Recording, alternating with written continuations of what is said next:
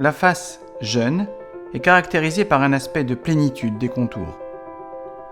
Elle apparaît bien homogène, équilibrée. On ne voit pas les zones de démarcation entre les différentes unités esthétiques. En 3 dimensions, le contour d'un visage jeune est composé d'arcs et de convexité harmonieuse. Un arc mandibulaire tout d'abord, qui va d'une oreille à l'autre. Un aspect de convexité des tempes. Un aspect de plénitude au niveau du tiers moyen, avec une courbe qui présente une convexité harmonieuse. Il n'y a aucune démarcation visible. Sur le visage de profil, le front apparaît convexe et un arc marquant la projection de la pommette. Un arc bien dessiné. Également au niveau de l'ovale, il existe un arc allant de l'oreille jusqu'au niveau du menton, un arc parfaitement bien dessiné. Le vieillissement se manifeste de différentes manières, variables selon la morphologie, les traits génétiques, le mode de vie ou les épreuves de la vie. Néanmoins, certaines évolutions sont constantes. Regardons d'abord un visage jeune. Ce visage apparaît lisse, lumineux et surtout il apparaît parfaitement homogène. Il n'y a aucune tache, les vaisseaux ne sont pas apparents, la surface est douce, il n'y a aucune rugosité. On le voit bien chez cette jeune femme, chez qui le sourire fait apparaître des plis autour de la bouche, ainsi qu'autour des yeux. En fait, ce sont les différents compartiments graisseux du visage, homogènes et de bon volume, bien arrondis, qui sont responsables de cet aspect plein et rebondi du visage jeune, avec une succession d'arcs harmonieux et sans démarcation. Le visage vieillissant verra apparaître des altérations dans tous les domaines vus précédemment. Au niveau de la surface d'abord, l'aspect deviendra plus terne, moins homogène. Progressivement, l'aspect apparaîtra plus plissé, jusqu'à fripé même chez certaines personnes.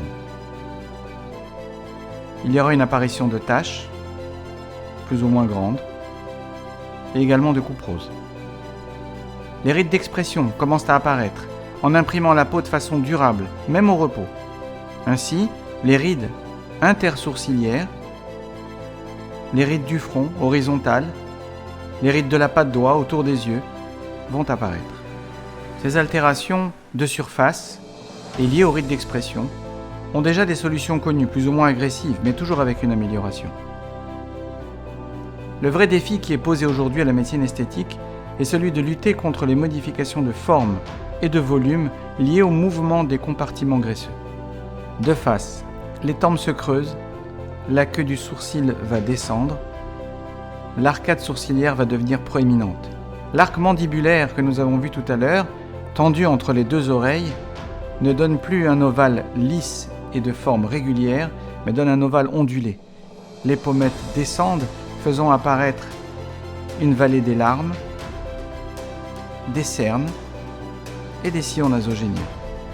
Les commissures des lèvres descendent et les plis d'amertume apparaissent. Sur l'aspect de profil, on retrouve effectivement la queue du sourcil qui est descendue, qui ferme le regard, les pommettes qui sont descendues faisant ressortir un paquet graisseux en surplomb du sillon nasogénien. En bas, l'ovale perd son aspect harmonieux et régulier pour prendre une forme ondulée, faisant ressortir la bas-joue. Le cou se relâche également. Jusqu'à présent, seule la chirurgie pouvait s'attaquer à ces relâchements, avec des liftings effectués à plusieurs niveaux. Un lifting cervico-facial pour l'ovale et le cou, un lifting médio-facial pour remonter la pommette avec des fortunes diverses d'ailleurs au niveau des résultats, et un lifting temporal pour remonter la queue du sourcil, avec tous les inconvénients bien sûr de la chirurgie. Le système EasyLift est venu combler ce manque dans l'arsenal thérapeutique du médecin esthétique. Cette technique, développée depuis 2006, utilise simultanément 2 types de fils. Les uns crantés pour s'accrocher au tissu et redistribuer ces mêmes tissus sur la longueur des fils. Ce sont des fils fabriqués en France. Les autres lisses pour soutenir ces fils crantés et les mettre en tension. Ils serviront à fixer le système en hauteur sans l'amarrer au tissu. Ces 2 types de fils sont des fils permanents, parfaitement biocompatibles et de grande qualité. En fin d'intervention, tous les fils sont enfouis sous la peau et le cuir chevelu, plus rien n'apparaît, il n'y a aucune cicatrice.